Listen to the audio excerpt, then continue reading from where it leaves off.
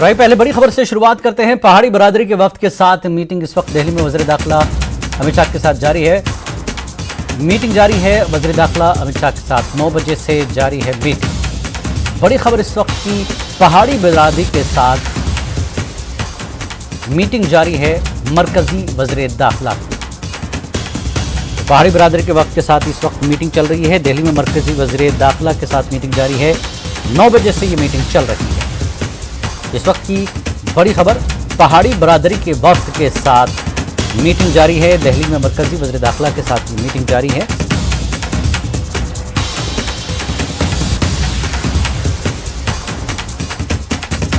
इस वक्त मरकजी वज़ीर दाखिला के साथ पहाड़ी बरादरी के वफ्द की मीटिंग चल रही है। आपको बता दें 9 बजे से ये मीटिंग चल रही है। तो बड़ी खबर, पहाड़ी बरादरी के साथ मरकजी वज़ीर दाखिला की मीटिंग हो रही है और दिल्ली में ये मीटिंग जारी है। इस वक्त पहाड़ी बरादरी के वफ्द ने मरकजी वज़ीर दाखिला के साथ मुलाकात की और उस मुलाकात के बाद मीटिंग का सिलसिला अभी भी जारी है।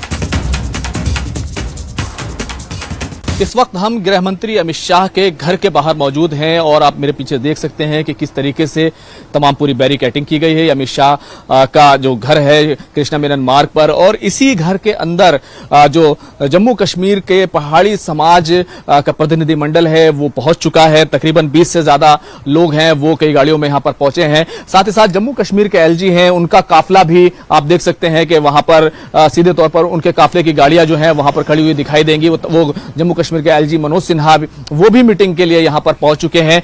हालांकि अगर देखें तो कई बार मीटिंग को रिशेड्यूल करना पड़ा, क्योंकि सबसे पहले मीटिंग होनी थी 5 बजे। उसके बाद जम्मू कश्मीर के एलजी मनोज सिन्हा के साथ जम्मू कश्मीर के जो पहाड़ी समाज है या फिर गुज्जर समाज है उनकी मीटिंग होती रही।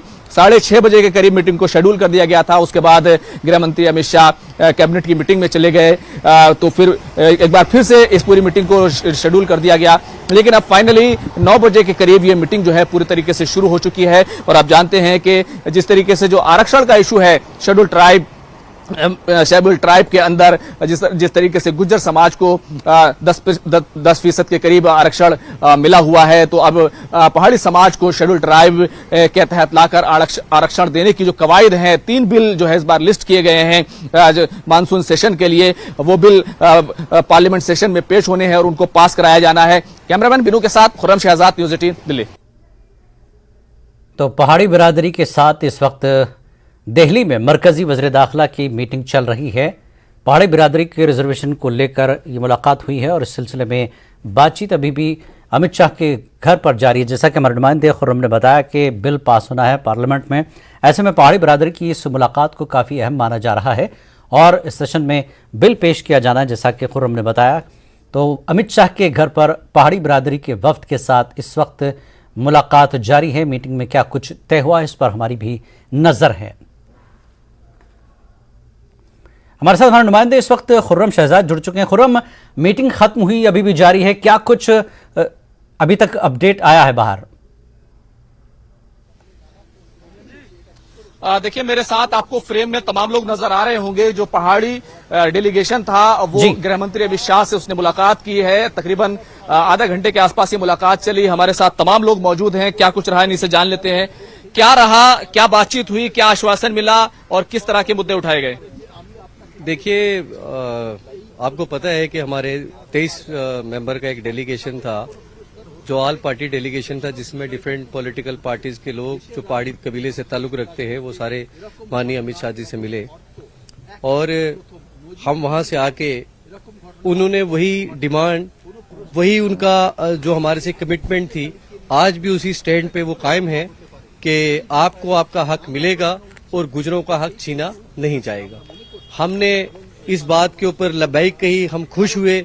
हमने कहा गुजर बरादरी के लोग भी हमारे भाई हैं, हमारा आपस में भाईचारा हमेशा कायम रहना चाहिए। मैं तो ये कहूंगा कि एक जिस्म और 2 जान हैं हम, और ना वो हमारे बिना रह सकते, ना हम गुजर कबीले के बिना रह सकते। उनको उनका हक मिले, और उन्होंने कहा कि उनका एक सेपरेट कोटा जो है वो बनाया जाएगा। उनका और आपका जो है वो अलग अलग कोटा रहेगा। आपको आपका हक मिलेगा, उनको उनका हक मिलेगा। और इस चीज के ऊपर हम सारे लोग जो हैं वो खुश हैं और हम चाहते हैं कि दोनों कबीले जो हैं वो मिलजुल के रहें, क्योंकि हमारा सदियों में आपस में अहम सवाल है कि दोनों का अलग अलग कोटा होगा, ये बहुत बड़ी बात है। कितना कितना कोटा होगा, किस तरीके से होगा, कुछ अलग कुछ इसमें अगर आप बता सकें। देखिए, ये मॉडलिटीज तो बाद में तय होती हैं। अभी तो हमारी सिंपल बात हुई है उनसे, और हमारे बाद जो है वो गुजर बिरादरी के लोग भी उनसे मिलने जा रहे हैं। तो वो दोनों कम्युनिटीज को लेके जो है वो काफी ज्यादा पॉजिटिव हैं। वो चाहते हैं कि दोनों जो कम्युनिटीज हैं वो आपस में जो है वो इकट्ठे रहें और आपस में मिलजुल के रहें। कैसा माहौल था, किस तरह की चीजें थी? और खुद एलजी मनोज सिन्हा भी यहाँ पर आए थे, तरुण चुग जो जम्मू कश्मीर के इंचार्ज हैं वो भी मौजूद थे। कैसा माहौल रहा? मैं आपको क्या बताऊं कि जो 35-40 साल की लड़ाई हम लोग लड़ रहे थे और कई हुकूमतें यहाँ पर आई, हम दिल्ली में आए, हम कहाँ कहाँ गए, हमारे बच्चों के मुस्तकबिल की बात थी, उसके भविष्य की बात थी। आज अमित शाह साहब ने जो 3 बार वहां बड़ी रैली में ये कहा था कि मैं ये कर दूंगा, आज जब उन्होंने ये कहा कि ये कल हो जाएगा, मैं मेरे पास वर्ड नहीं है कि मैं क्या बोलूं। हमारे बच्चों का भविष्य इस सरकार ने बचा लिया। हम मोदी जी के, शाह साहब के और एलजी मनोज सिन्हा जी के शुक्रगुजार हैं कि उन सब ने ये मिल मिला के हमारे लोगों के साथ इंसाफ किया। हमारे बच्चे तक इनके ऋणी रहेंगे जो इन्होंने हमारे साथ इंसाफ किया। हम किसी के खिलाफ नहीं है, हम किसी के खिलाफ नहीं है। और उन्होंने जो उसका हल निकाला कि आपका और उनका नौकरियों में कोटा ही अलग अलग से होगा, आप आपस में कोई उलझाव सुलझाव नहीं होगा, इससे हम ज्यादा खुश हुए। क्यों? बिल्कुल, ये बहुत अच्छी बात है खुर्रम के कोटा अलग अलग होगा। आप वज़ीर दाखिला अमित शाह ने आश्वासन दिया कि बिरादरियों के साथ कोई जो है मसला ये हल कर दिया है, किसी को किसी से कोई नुकसान नहीं होगा। पहाड़ी और गुजरी दोनों को उनके अपने हक मिलेंगे। बहुत बहुत शुक्रिया खुर्रम इस बातचीत के लिए। आगे बढ़ेंगे। पीएम मोदी ने 24 के इंतखाबात को लेकर तबादला ख्याल करने के लिए गुज़श्ता हफ्ते बेंगलुरु में 26 पार्टियों की इंडिया अपोजिशन ग्रुप पर हमला किया। वज़ीर आज़म नरेंद्र मोदी ने आज अपोजिशन को बेसमत करार देते हुए इंडियन मुजाहिदीन और पॉपुलर फ्रंट ऑफ इंडिया का हवाला दिया, क्योंकि उन्होंने हिज़्ब इख्तिलाफ के इत्तेहाद को उसके नए नाम इंडिया के लिए तंज किया। बीजेपी के लीडर रविशंकर प्रसाद ने बीजेपी पार्लिमानी पार्टी की हफ्तावार मीटिंग में वज़ीर आज़म के हवाले से कहा कि मैंने ऐसी बेसमत अपोजिशन कभी नहीं देखी। मणिपुर के बहरान पर पार्लियामेंट में तातुल के दरमियान और मई में हुजूम के जरिए बरहाना परेड करने वाली 2 खवातीन के वायरल वीडियो जैसे मसाइल पर पीएम मोदी के बयान के लिए अपोजिशन के मुतालबे पर बार बार रुकावटों के दरमियान ये तीखे तबसरे सामने आए हैं। पेश तफसीलात। प्रधानमंत्री नरेंद्र मोदी ने विपक्षी दलों पर अब तक का सबसे बड़ा हमला बोला है। पीएम ने मंगलवार को विपक्षी गठबंधन Indian national developmental inclusive alliance यानी इंडिया को देश का अब तक का सबसे दिशाहीन गठबंधन करार दिया और ईस्ट इंडिया कंपनी के साथ ही इंडियन मुजाहिदीन जैसे खूंखार संगठनों के नामों का हवाला देते हुए कहा, ऐसा दिशाहीन विपक्ष आज तक नहीं देखा। केवल इंडिया नाम लेने से कुछ नहीं होता। ईस्ट इंडिया कंपनी में भी इंडिया था, इंडियन मुजाहिदीन के नाम में भी इंडिया था। विपक्ष बिखरा हुआ और हताश है। विपक्ष को जनता खारिज कर चुकी है। 2024 में फिर बीजेपी की जीत होगी। संसद सत्र की रणनीति बनाने के लिए आयोजित बीजेपी की बैठक में प्रधानमंत्री नरेंद्र मोदी ने कहा, लगता है दिशाहीन विपक्ष हमेशा विरोध में ही बैठना चाहता है। इस पर प्रतिक्रिया देते हुए कांग्रेस अध्यक्ष मल्लिकार्जुन खड़गे कहते हैं कि नाम में कुछ नहीं रखा, बीजेपी वाले विपक्ष के एकजुट होने से घबरा गए हैं। जो बयान वो बाहर देते हैं लोगों को भटकाने का है, अंदर आके आप अपनी बात रखो। मणिपुर पे ठीक से चर्चा होने दो। पीएम की टिप्पणी पर जेडीयू के प्रधान प्रवक्ता केसी त्यागी ने पलटवार करते हुए कहा कि मणिपुर हिंसा पर प्रधानमंत्री खामोश हैं। इंडिया पर प्रहार मुजाहिदीन ने भी किया और उसी प्रकार का प्रहार अब श्री नरेंद्र मोदी जी के नेतृत्व वाली भारतीय जनता पार्टी भी कर। जेडीयू के जवाब पर बीजेपी सांसद रविशंकर प्रसाद भी तीखा प्रहार करते हैं। पीएम के बयान का हवाला देते हुए कहते हैं कि अंग्रेजों ने ही इंडियन नेशनल कांग्रेस बनाया था। वो मान चुके हैं कि उन्हें सत्ता में नहीं आना, और उन्होंने एक बहुत बड़ी टिप्पणी की कि इंडियन नेशनल कांग्रेस एक अंग्रेज ने बनाया था, तो चेहरे पे चेहरे लिखाते हैं, सच्चाई कुछ और है।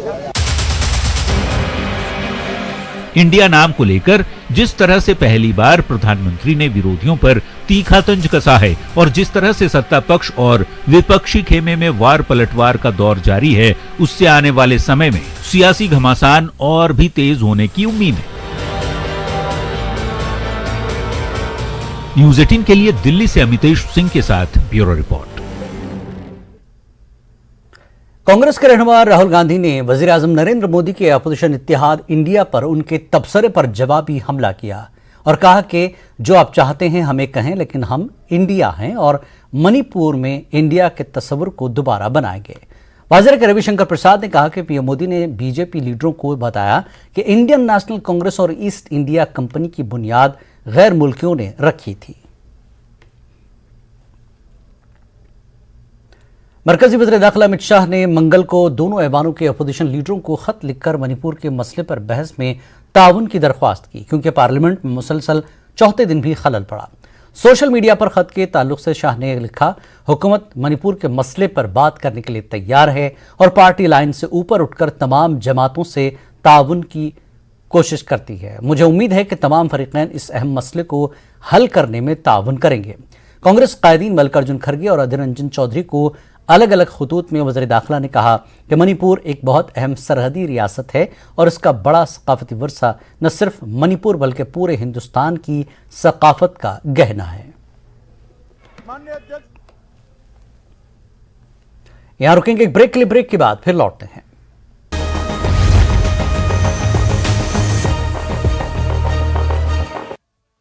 News 18 network. शोपियां में जल जीवन मिशन पर कई क्षेत्रों में काम जारी। जल जीवन मिशन को पूरा करने की जल्दबाजी में सड़कों को पहुंचाया जा रहा है भारी नुकसान।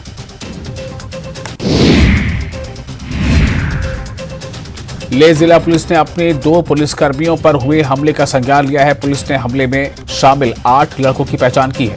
घटना 23 जुलाई की रात की है।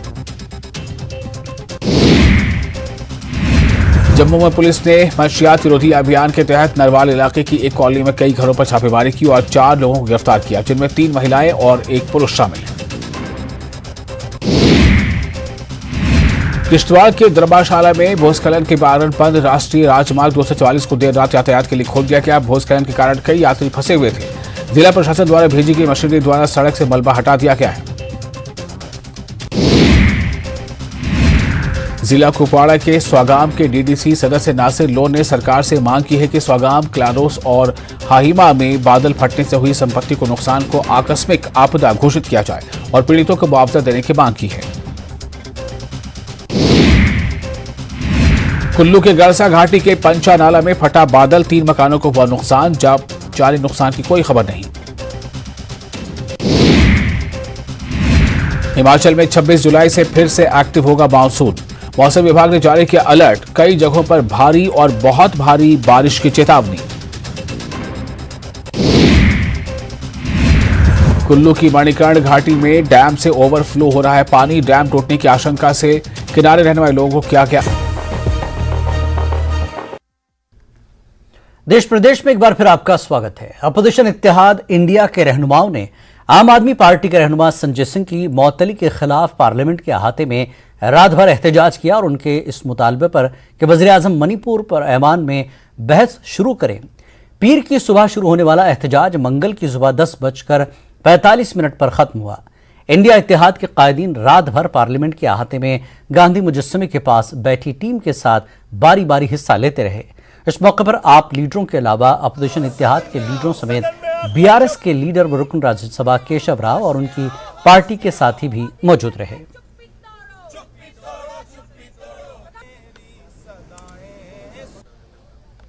हाँ, ट्विटर हैंडल का बताया तो मैंने, देख लीजिए आप, उनका बीजेपी फॉर इंडिया लिखा हुआ है। हम लोगों ने जब से इंडिया नाम रखा है बौखलाए हुए हैं मोदी जी। कुछ भी बोले जा रहे हैं, कुछ भी कहे जा रहे हैं। डिजिटल इंडिया किसने बोला भाई? स्टार्टअप इंडिया किसने बोला भाई? मेक इन इंडिया किसने बोला? वोट फॉर इंडिया किसने बोला? तो अब इतना क्यों घबरा रहे हो इंडिया से? हम तो कह रहे हैं इंडिया जीतेगा, भारत जीतेगा। मोदी जी को भी नारा लगाना चाहिए हमारे साथ, इंडिया जीतेगा, भारत जीतेगा। देखिए, सस्पेंशन इसलिए किया गया कि हम मणिपुर इश्यू पे चर्चा करना चाहते थे और प्राइम मिनिस्टर खुद आके वहाँ की जो हालात हैं यहाँ पर उनको कहने के लिए हम डिमांड कर रहे थे। उन्होंने बार बार यहाँ तो नहीं आए या लोकसभा में तो करना था और ये पूरी सरकार की उसकी मंशा ये है कि हम कुछ ना बोले। हमारे अपने लोग चाहे संजय सिंह हो, चाहे राघव चड्ढा हो, चाहे सुशील जी हो, चाहे जितने हमारे नेतागण हैं, खड़गे साहब हो, सब लोग जब आवाज़ बुलंद करते हैं पार्लियामेंट में तो उनको उनके खिलाफ क्या क्या इल्ज़ाम लगाते हुए उनकी बातों को नहीं सुनना, दबाना और ये कहते कि विपक्ष चर्चा से भाग रहा है। अधूरा सत्य है, यहाँ पे विपक्ष चर्चा से नहीं भाग रहा है।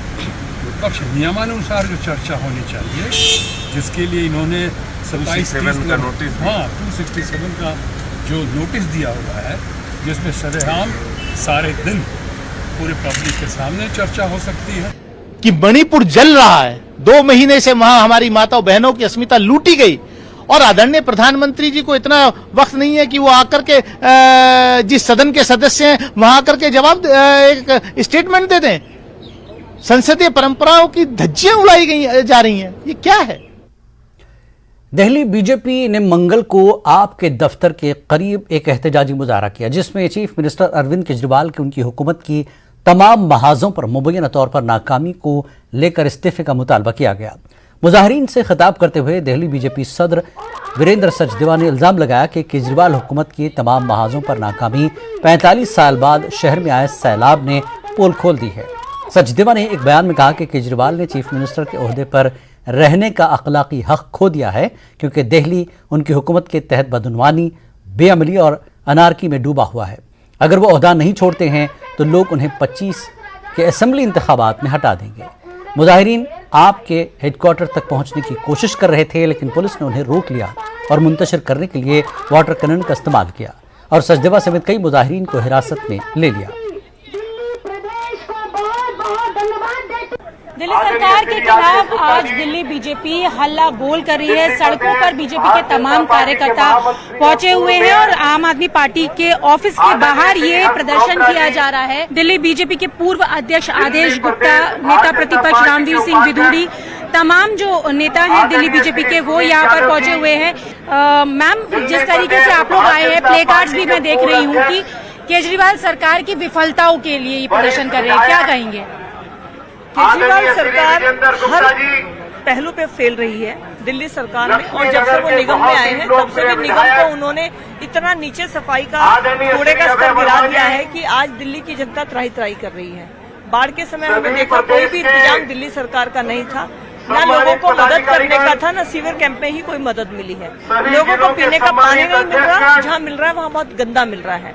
साथ ही कूड़े के ढेर पूरी दिल्ली में लग गए और कर्मचारी, चाहे वो डीटीसी के कर्मचारी हैं, चाहे वो एमसीडी के कर्मचारी हैं, उनको कोई भी तनख्वाह नहीं मिल रही है। जब से निगम के अंदर ये लोग आए हैं, अभी जैसा आपने कहा, क्योंकि जब हम निगम में थे, हमारी महापौर जी थी, तो लगातार ये रूटीन वर्क है, हर साल जो है डिसिल्टिंग होती थी। अब ये डिसिल्टिंग के नाम पे करोड़ों रुपए का घोटाला कर चुके हैं। ठीक है, माननीय सर्वोच्च न्यायालय बोल चुका है कि आपके पास एडवर्टाइजमेंट के पैसे, रैपिड रेल के लिए पैसे नहीं है। हर मोर्चे पे तो अभी इस प्रदर्शन से मांग क्या है आप लोग की?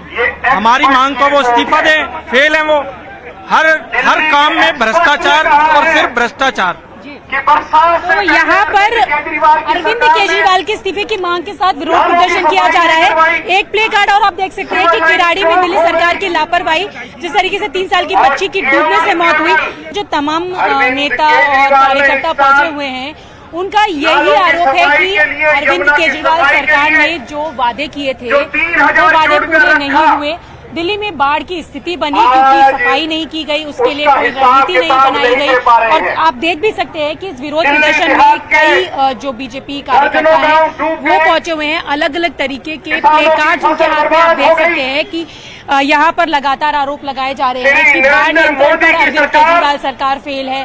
और किराड़ी में जिस तरीके से 3 साल की बच्ची की मौत हुई, तो कई आरोपों के साथ ये विरोध प्रदर्शन किया जा रहा है। और साथ ही साथ इस विरोध प्रदर्शन में बीजेपी की मांग है कि अपने फेलियर पर जिम्मेदारी निभाते हुए अरविंद केजरीवाल को अपना इस्तीफा देना चाहिए। कैमरा पर्सन कार्तिक के साथ रचना, न्यूज़ 18 दिल्ली।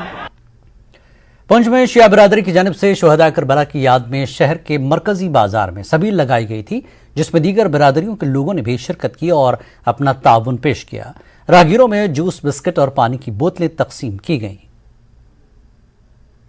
मुहर्रम अल हराम की मुनासबत से यहाँ पर हाथीतान बाजार पुंछ में जो है यहाँ पर एक सबील इमाम हुसैन अलैहिस्सलाम का एहतमाम किया गया है।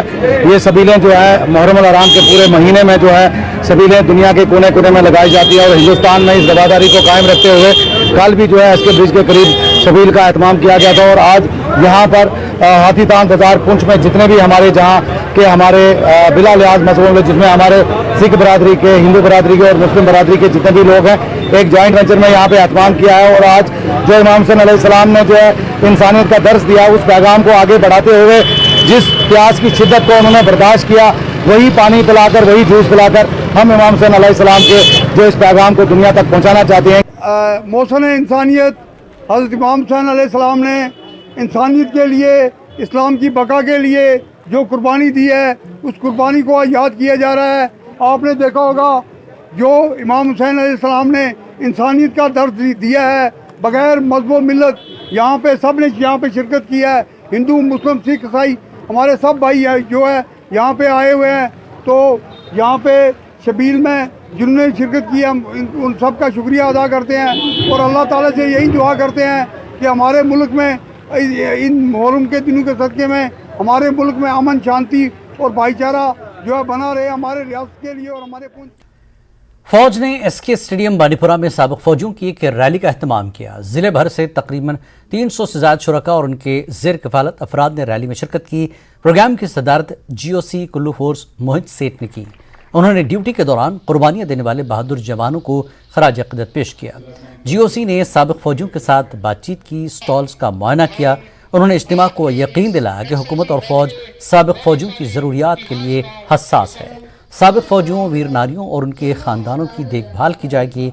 तकरीब में brigadier commander Manasbal sector DC Bandipora, SSP Bandipora और दीगर ने शिरकत की। जैसे मैंने बोला, सिर्फ एक आपने वर्दी उतारी है, बाकी तो आप और मेरे में कोई फर्क नहीं है।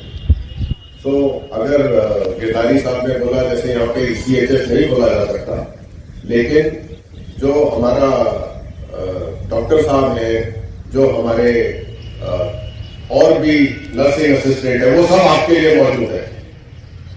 आपको कोई भी दवाई की दिक्कत है, कुछ है, वो सब आपके लिए हमेशा रहेगी। Assistant labour commissioner Pulwama Hafsa Qayoom ने जनूबी कश्मीर के त्राल में मुख्तलिफ निजी तालीमी इदारों का दौरा किया। इस दौरान उन्होंने लेबर कवानीन के निफाज के हवाले से तफसीली जायजा लिया। हफ्सा ने बताया कि कुछ मकामात पर लेबर कवानीन पर मुकम्मल अमल नहीं हो रहा है, जिनको एक मुकर्रर मुद्दत के अंदर अमल करने की हिदायत दी गई है। उन्होंने लोगों को लेबर कवानीन के हवाले से जानकारी हासिल करने की ताकीद की।